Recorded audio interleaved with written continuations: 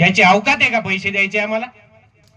या मराठवाड्यात तरी जेथल्याला विकत घ्यायची अवकात कोणाची नाही. तर सयाजी यांना भगस असतील, हे जवळपास 40 वर्ष झाले आमचं जेथल्या कुटुंब वाटूरला पाहता, किंवा आमची आंबुरे कंपनी असतील, किंवा तिकडची कार्यालयाची सोळंके कंपनी असेल आमच्या सृष्टी भागातली, ह्या सर्वांना विचारा की हे घराचं नावलौकिक काय आहे. अरे सांगते का आकडाही तसा सांगते 7 कोटी. अरे म्हणा 7 कोटीच्या गाड्या आहेत माझ्या.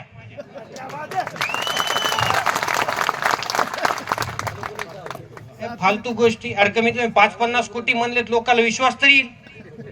आमदार जसे फुटले 5-50 कोटी घेऊन, ते लोकांना विश्वास आला की 50 कोटी दिले तर फुटले असतील. त्याला 7 कोटी, त्याच्यात मलाही माझा अपमान वाटायला.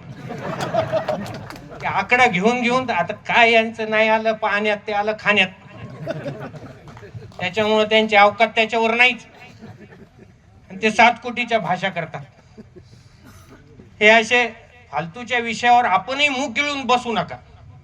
हे अशा गोष्टी कोणी तुम्हाला गावात कोणी चर्चा केली तर तुम्ही त्याचं खंडन करायचं शिक. हे आज आपला कार्यक्रम याच्यासाठीच आहे.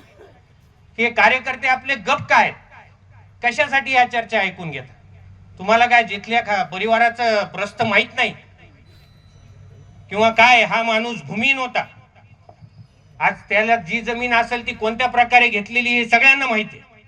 कारखान्याच्या नावावर ही जमीन त्यांनी हडपलेली, त्याच्या खानदानी जमीन 1 एकरही नाही, आणि तो चालला आम्हाला विकत घ्यायच्या गोष्टी करायला.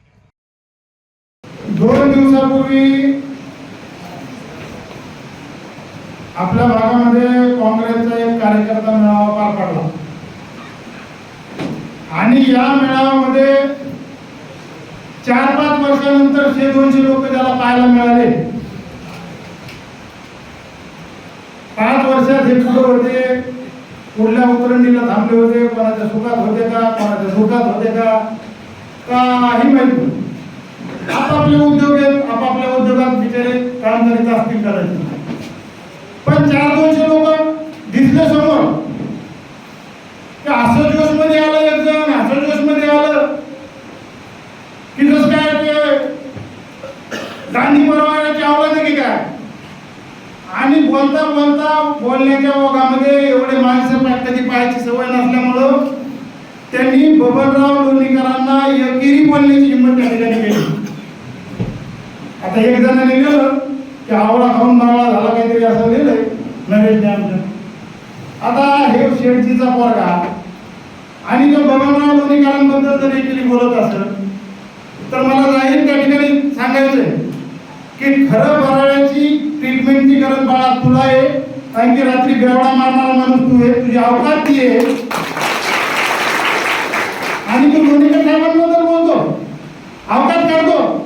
अरे तुझ्याकडं काय प्रॉपर्टी आहे, ती कशी जमवली, कशी व्याजव्यवहाराचे धंदे केले, कसे फटाके विकले, आमच्या भावकीची त्या ठिकाणी तुझ्यावर उपकार येतं की आमचा पंप त्या ठिकाणी तुला त्यांनी स्वस्तामध्ये दिला, आणि त्या पंपामध्ये रात्रंदिवस त्या ठिकाणी पेट्रोलमध्ये डिझेलमध्ये राखेल मिसळून तू आणि तुझ्या बापाने पैसा कमवला, आणि तू आम्हाला प्रॉपर्टी द्यायला पडतो. राहिला विषय विकत घेण्याचा, आणखीन तरी बोललो नाही, परंतु जर ते सोक्षमोक्षच करायचं असेल तर साक्षात शेगावच्या गजानन महाराजांना तुझे वडीलही मानतात, आणि